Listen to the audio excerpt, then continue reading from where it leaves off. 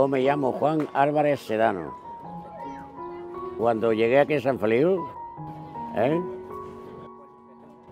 compré el piso, me vine de paisa aquí, en el 73.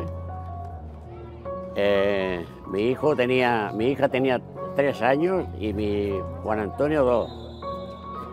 Y luego en el 76 nació mi Sergio. Hombre, ahora está más perfeccionado, ¿entiendes? Y ahora se puede jugar. Bueno, antes también se jugaba, pero había más leña, eran tierra. Y en fin, que esa es la vida, tío. No había casetas, no había de nada.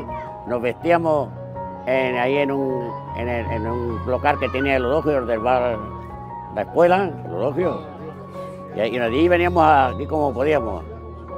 El primer campo estaba ahí donde está el colegio de ahí.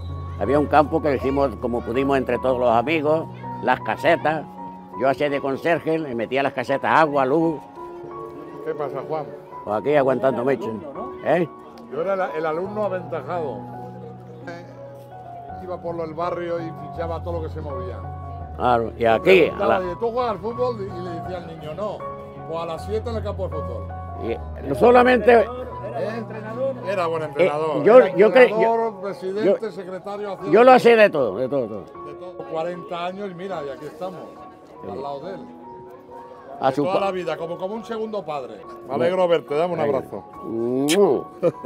Venga, guapo.